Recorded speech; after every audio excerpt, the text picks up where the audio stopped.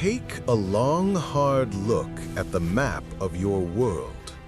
Every border in the Middle East, every superpower that rises or falls, and even the digital infrastructure you are using right now is a direct consequence of a single bloody afternoon in Sarajevo.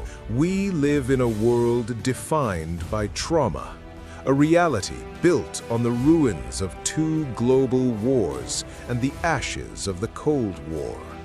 But tonight, that entire world is an impossibility. Imagine a 2026 where the Romanovs still rule Russia from a city of gold.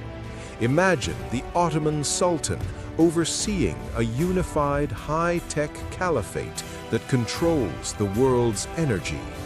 There is no Soviet Union, no Nazi Germany, and no nuclear shadow hanging over our heads. The Belle Époque, the beautiful era of art and peace, never ended. It simply evolved into a majestic, aristocratic future. I am your chronicler, and this is the Fate Flip history. Today, we are opening the most important vault in our collection. We are going back to the summer of 1914, stopping the assassin's hand and choosing the path of eternal peace.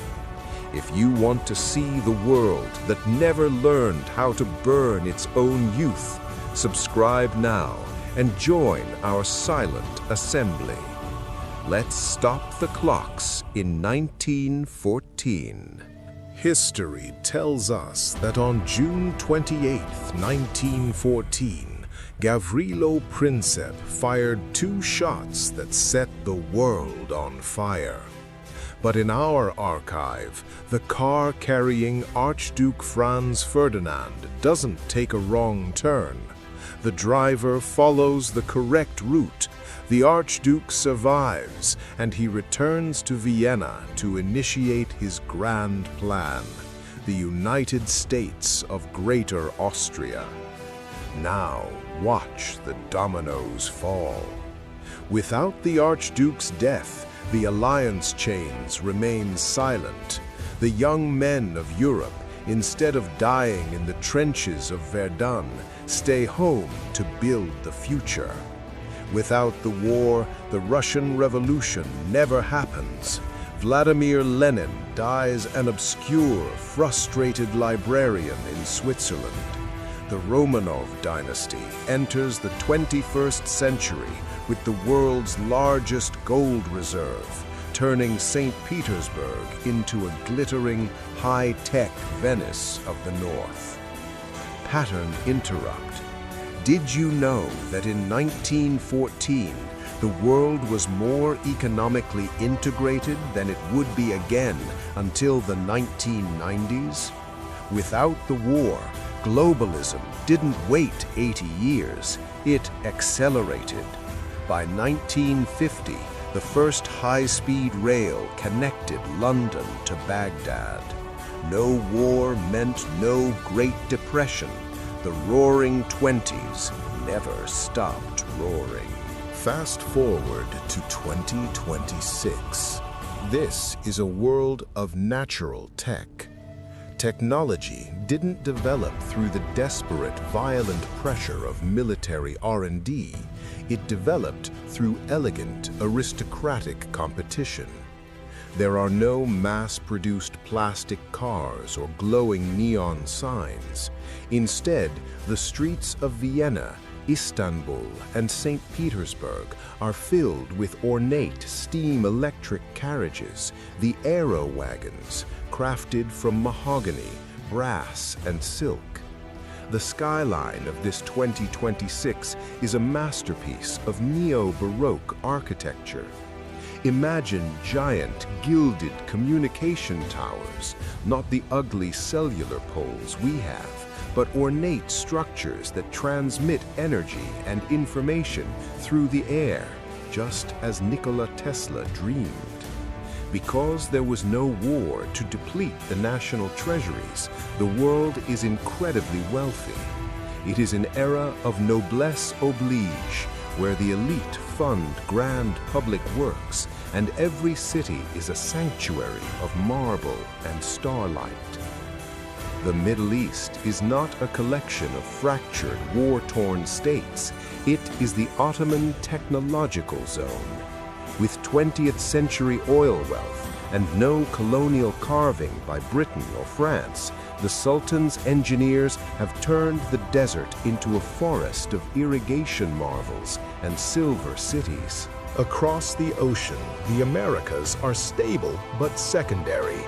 The German mark, backed by the industrial might of a unified Central Europe, is the global reserve currency. But notice the price of this stability. Africa and India remain the managed estates of European kings. Decolonization never happened because the empires never went bankrupt fighting each other. It is a world of Pax Imperia. It is stable, it is wealthy, but for the billions living in the colonies, the 20th century was not a century of liberation. It was a century of refined, high-tech subjection under a golden boot. But walk closer to the people of this world. In this eternal 1914, the social hierarchy is frozen. There was no great leveling that the world wars provided. Women's rights, civil rights, and the rise of the common man never occurred with the same fire. You are still a subject of the crown, from birth until the grave. There is no internet to spread dissent. Information is curated by the Imperial academies and transmitted via the Celeste Graph, a system of coded light and mirrors. It is a world of absolute beauty, but also of absolute tradition. Innovation is slow, controlled, and safe. A world without the big wars sounds like paradise, but is it a world where you, with your modern rebellious spirit, would be allowed to exist? The coin is spinning in the air, reflecting the light of a world that never bled. We have seen a 2026 of profound elegance, a world without the Holocaust, without Hiroshima, and without the Cold War. But we have also seen a world where the hand of the past never let go of the throat of the future. As your chronicler, I must ask the final, crushing question. Would you trade our messy, loud, and democratic reality for the calm, aristocratic majesty of this eternal 1914? Would you give up your digital freedom and your right to dissent for a life of imperial peace and marble-clad certainty? Go to the comments. This is where the real history is finalized.